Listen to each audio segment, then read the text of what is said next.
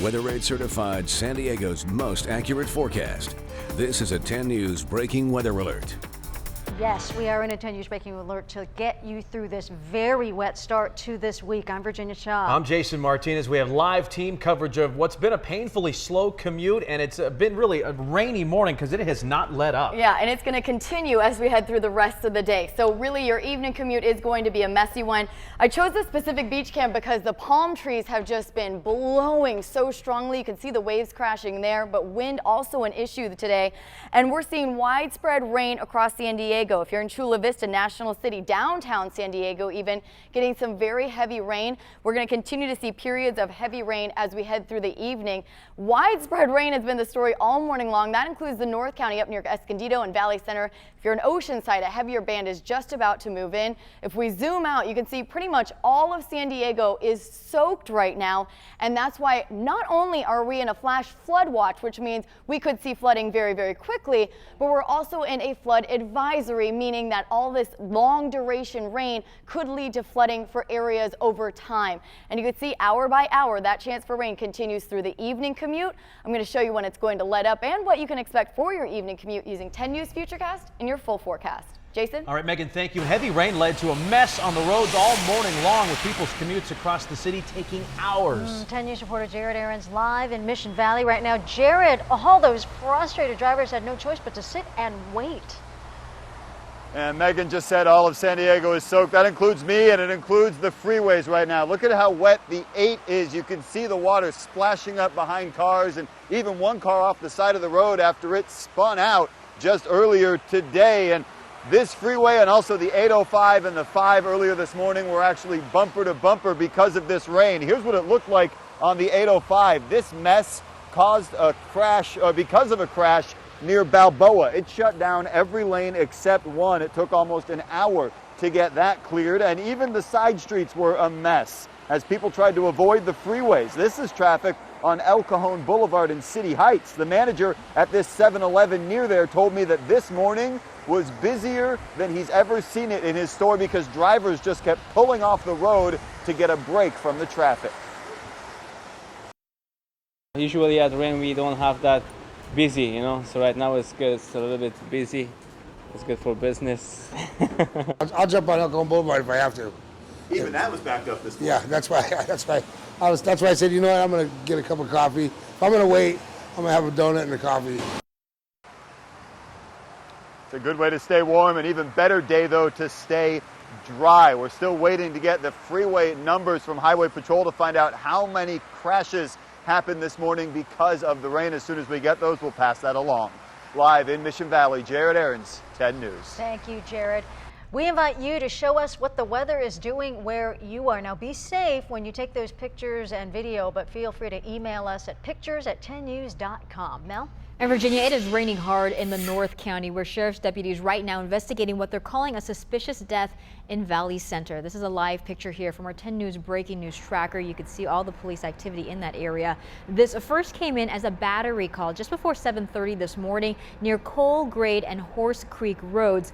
When deputies got there, they found someone dead. Now, still very limited details at this point, but this is a story, Jason and Virginia, that we will continue to follow both on air and online on 10news.com.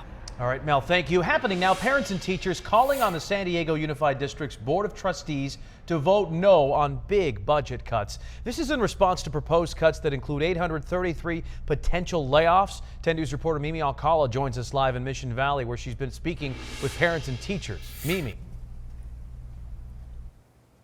Jason, teachers and parents showed up here at the Education Association building. They took the stand one final time to make their case. Now, tomorrow, the Board of Trustees will decide if it's going to lay off more than 800 educators and cut $124 million from the district's budget. That's now leaving many teachers and parents worried, like Adam Goldstein. He's a 4th grade teacher at Hage Elementary. He started his career in 2001 and has made it his life since then. He's a teacher who knows all too well what it's like to have his job on the line. In 2001, he got a pink slip letting him know that by the following year, he might not have a job anymore. Fortunately, that notice was rescinded a few months later, but it's a feeling Mr. Goldstein says he'll never forget. He's now pleading that the Board of Trustees will vote against the cuts. people are very scared and upset, and ultimately we've worked for years to put together a really strong program at these sites, and it would be a disaster to destroy those programs. Please don't do it. The board will make their decision tomorrow. They have until March 15 to send out the initial layoff notices. We will let you know as soon as that decision is made. Reporting live in Mission Valley, Mimi Alcala, 10 News. Thank you, Mimi. And Superintendent Cindy Martin says her goal with the cuts is to protect students and keep classes small. As part of that effort, Martin is willing to cut 2 weeks of her own salary, and the school board has also agreed to take a pay cut as well. The board would also provide early retirement for the 1,500 teachers who are eligible. Happening now, police are searching for 3 men who robbed a Lemon Grove restaurant with a shotgun and a bat. Happened at 2:30 this morning at the Santanas on Palm and Lemon Grove Avenue. One of the robbers was wearing a V for Vendetta mask. The other 2 are wearing bandanas. They took cash, drove off. Police think this robbery may be connected to a string of robberies here in San Diego. Now to this developing story. Comedian Bill Cosby will be back in court today as part of his criminal sexual assault case. Cosby's lawyers are asking a Pennsylvania judge whether outside jurors can be brought in for this trial. This hearing comes after the judge ruled Friday that only 1 other accuser can testify. Prosecutors had wanted 13 women to testify to support the charges that Cosby drugged and molested a former Temple University employee in 2004. New video, a small plane crashed into a lake in Colorado this morning, leaving the plane underwater with 2 people inside. This happened in Larimer County about 7:30 this morning. It crashed right into the Culver Reservoir. The plane had been underwater for a half an hour before rescue crews got there. The 2 people on board were rescued and taken to the hospital. We're still working to find out how they're doing. The FAA is investigating the cause of the crash. And a developing story, a fight outside a Pacific Beach bar turned even more violent when the attackers pulled a knife on a woman. They even went right after her face. Bystanders rushed to help the woman, who they say is a former bouncer at the Cabo Cantina bar. She was taken to the hospital. Dude went in his car, came back out and stabbed, like sliced from like here to here, like her neck, from her head to her neck. A short time later, the 10 News breaking news tracker found police in Ocean Beach detaining 2 people who may have been involved in the attack in PB.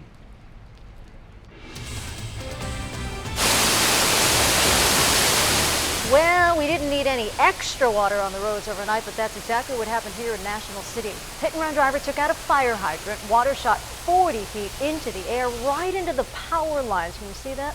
Firefighters called SCG&E because it was just too dangerous for crews to look for the shutoff valve because they could have been electrocuted. They got that situation under control about an hour later. So far, no sign of that driver. So a Best Picture shocker at the Oscars, just not the kind of upset that we're used to seeing. ABC's Danya Baca shows us the Academy Awards that will be remembered for the confusion. It's the biggest blunder in Oscar history. La La Land. La La Land mistakenly announced as Best Picture. This is not a joke. Moonlight has won Best Picture. Moonlight, Best Picture. Jordan Horowitz, producer for La La Land, graciously correcting the mix-up. It was a surreal moment for sure. But, you know, I wanted to make sure that the right thing was done because, you know, that at that point it was not about me. It was about making sure that Moonlight got the recognition it really deserves. And Mahershala Ali, who won supporting actor for the film, still in disbelief. I didn't even know what to do. I think I needed to hear them say it multiple times and really pull us up. Take a closer look at that moment. In Warren Beatty's hand, the envelope reads Best Actress in a Leading Role, not Best Picture. PricewaterhouseCoopers, which counts the vote, apologizing for the mistake, saying the presenters had mistakenly been given the wrong category envelope and when discovered was immediately corrected. And the hits keep on coming for the award show. According to The Hollywood Reporter, during the in memoriam segment of the show, a photo of a producer who is still alive was shown. Reporting from outside the Dolby Theater, Danya Backus, ABC News. In our next half hour, we're going to take you backstage and to some of the best parties. You can get a complete list of the winners, by the way, the real winners on 10news.com. Just look for that on our homepage.